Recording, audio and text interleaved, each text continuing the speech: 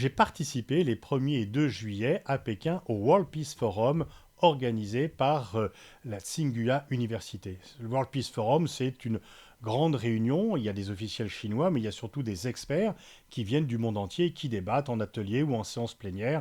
Et bien sûr, les contacts dans les couloirs sont souvent aussi intéressants que les prises de position publiques. Ce que montre d'ailleurs l'organisation de ce grand forum, qui a été lieu en visio les 2 dernières éditions, du fait du Covid, c'est que la Chine veut être présente dans le débat d'idées, qu'elle ne veut pas laisser le monopole de ce type de diplomatie et d'échanges intellectuels aux Occidentaux, et notamment aux Américains. Et donc les Chinois ont investi le débat d'idées international, ils y sont très fortement présents. Ce que je retiens de ces 2 jours extrêmement intensifs, c'est plusieurs choses. La première, ce forum a été ouvert par Dilma Rousseff, l'ancienne présidente du Brésil, mais dans son nouveau rôle de présidente de la New Development Bank. C'est la banque des BRICS. La banque des BRICS qui a pour rôle de venir concurrencer le FMI, la Banque mondiale, trop dominée pour les BRICS par les Occidentaux, d'offrir des prêts non conditionnés politiquement, contrairement au FMI et à la Banque mondiale, selon leurs reproches, et donc d'apparaître comme des partenaires pour les pays du Sud plus ouverts que des banques dominées, une fois encore, c'est le reproche par les Occidentaux. Mais Dilma Rousseff s'est surtout lancée dans une guerre contre le dollar.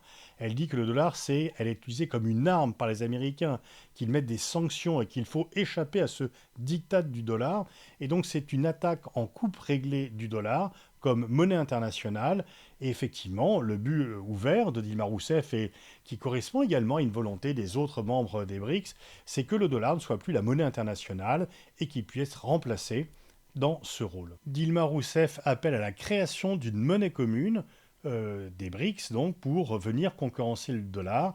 Elle critique les législations extraterritoriales des Américains, elle critique le dérisking, le découpling que veulent mettre en place par rapport à la Chine les Occidentaux, en disant que ce sont des nouvelles formes de sanctions.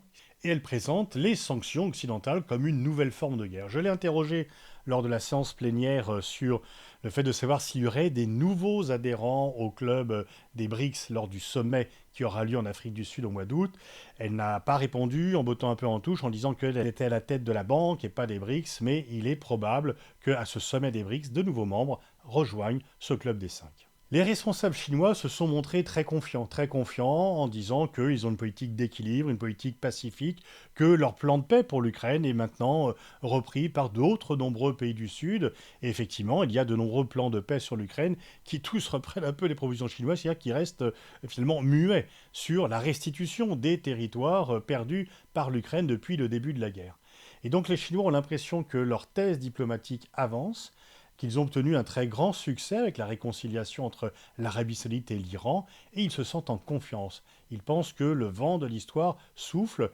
Ils ont vu qu'ils ont été un peu trop secs et ils tentent un rapprochement avec les Européens pour ne pas trop les antagoniser, notamment dans la relation globale avec les États-Unis. Et il note que l'architecture de sécurité en Europe a échoué. La preuve, c'est la guerre en Ukraine, qu'il faut donc en reconstruire une autre, dans laquelle la Russie devra un jour ou l'autre être intégrée. Et donc, en fait, ils mettent en avant l'échec de l'OTAN en Europe, avec les guerres en Europe, et leur réussite pour eux. Par rapport à Poutine, on voit bien dans les discussions de couloir qui sont relativement sévères avec le dirigeant russe qui ne sait pas tenir son pays. L'affaire de Prigojine a été vraiment quelque chose qui a marqué les esprits en Chine. Ce n'est pas en Chine qu'une telle opération pourrait survenir. Et les dirigeants chinois en ont tiré comme conclusion qu'il ne fallait surtout pas desserrer la vis, mais toujours garder un contrôle étroit du Parti communiste sur le système politique. Mais là où ils sont très offensifs, c'est bien sûr par rapport aux États-Unis. Ils disent comment se fait-il que les relations avec les États-Unis sont aussi dégradées. Ce n'est pas une question de régime politique. Nous avions le même régime politique dans les années 70 lorsque nous avons ouvert des négociations et des relations du temps de Nixon et Kissinger entre les États-Unis et la Chine. Et donc ils mettent en avant la dégradation à la fois économique, politique et stratégique des relations, et ils mettent en cause l'appétit des États-Unis pour la suprématie mondiale, le fait que la montée en puissance de la Chine inquiète les États-Unis, et c'est l'OTAN qui est l'objet de toutes leurs attentions, notamment au moment où la Chine est de plus en plus au menu de l'OTAN. Les Chinois sont furieux qu'un bureau de l'OTAN soit ouvert au Japon. Ils estiment que les Américains font tout pour utiliser les instruments existants comme l'OTAN ou en créer d'autres pour contenir la Chine et que ceci n'est pas acceptable de leur point de vue pour mettre fin au développement de la Chine, c'est leur rhétorique. Et le fait que l'Australie, la Nouvelle-Zélande, le Japon et la Corée du Sud aient été invités au sommet de l'OTAN à Vilnius passe très très mal. Et donc ils présentent l'OTAN comme étant une survivance du passé qui ne devrait plus exister et qui est un instrument qui va de plus en plus être utilisé contre la Chine. À cet égard, il est intéressant de noter que le représentant les Indiens, en public et en privé, disent qu'ils ne veulent pas être dans le business du containment, qu'ils ont des relations avec les États-Unis extrêmement développées sur le plan économique, mais qu'ils disent aux Chinois, vous nous reprochez les relations développées avec les États-Unis, mais en fait on fait comme vous avez fait auparavant. Vous-même, la Chine, vous êtes rapproché du Japon et des États-Unis pour assurer votre développement économique, c'est ce que nous faisons. Mais nous ne ferons pas du containment de la Chine. Nous, ce qui notre intérêt, c'est le développement économique et on va prendre tous les moyens possibles pour continuer notre développement économique et donc multiplier les partenariats.